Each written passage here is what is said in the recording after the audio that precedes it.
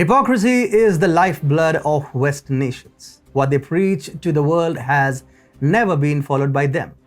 A similar pattern has been followed in environmental policies. On one hand, they force developing countries to reduce carbon emissions. On the other hand, they themselves never took any substantive initiatives to reduce the burden. Hi and welcome to TFI English, the national socio-political analysis arm of the TFI Media Group. I am your host Atul Mishra, and if you're watching us on Facebook, give our page a like, and if you're watching us on YouTube, like the video and do subscribe to the channel. Coming back to the story, in this video I will tell you why India should stop listening to the West's coercive environmental policies. Let's begin. Climate change, ignited due to the Industrial Revolution and the burning of fossil fuels, has now started to take an extreme form. The increase in carbon emission has increased the temperature of the Earth. Extreme weather events like flash floods, heavy rainfall, and landslides have become a regular phenomenon. Despite being a developing country, India has met its carbon reduction goals on time. However, Western countries are still reluctant to support climate change reduction initiatives.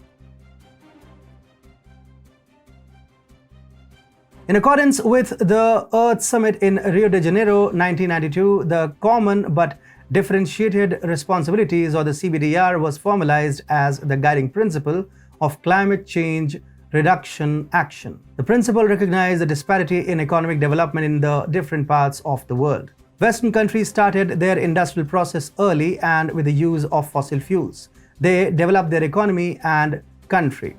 On the other hand, the poor countries are still in developmental transition and need time to come to par with the West.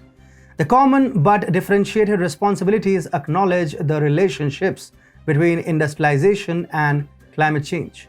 The Industrial Revolution of the 1800s and 1900s was mostly driven by fossil fuels, and environmental degradation is also advanced through the burning of fossils. Thus, it is imperative that Western developed country takes responsibility for climate change, as they are the biggest benefactor of industrialization. However, rather than following the polluters pay principle, the West has imposed equality rules in environmental policies. According to the 15th Conference of Parties of the United Nations Framework Convention on Climate Change, or the UNFCCC, it was decided that the developed countries would jointly mobilize $100 billion per year by 2020. The goal was to finance the new and renewable technology of developing countries and help them in the battle against climate change. But at COP21 Paris, the West defaulted on the payments. Now, the $100 billion per year goal has been shifted to 2025. Not only this, the Western countries deviating from the CBDR principles forced the developing countries to adopt the intended nationally determined contribution in the Paris Agreement. When the differentiated responsibility accorded them to do more to address climate change, they not only outrightly rejected the conditions but also changed goalposts. Now, according to the Paris Agreement, every country will set its own targets to mitigate greenhouse gas emissions that cause climate change. According to the binding Paris Agreement, India set an ambitious nationally determined contribution target.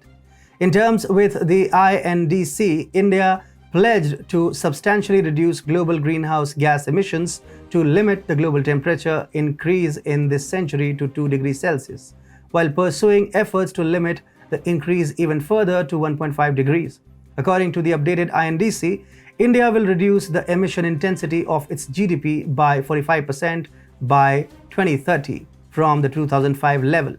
Further, the nation would achieve about 50% cumulative electric power installed capacity from non-fossil fuel-based energy resources by 2030.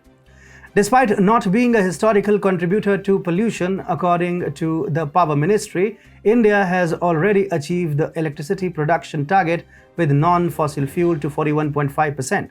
Only about 9% is left in achieving the intended 50% target, and we will achieve this target much before 2030. Moreover, in consonance with the INDC, India systematically adopted environmental policies in its economic and social growth. All government policies have been molded according to environmental parameters. But the Western countries have not done anything substantial to help developing countries fight climate change.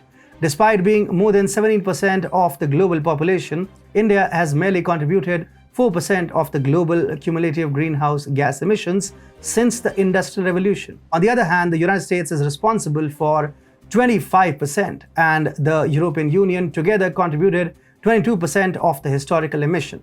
In a way, the West together contributed about 50% of global CO2 emissions since the Industrial Revolution, and they still continue with their misdeeds.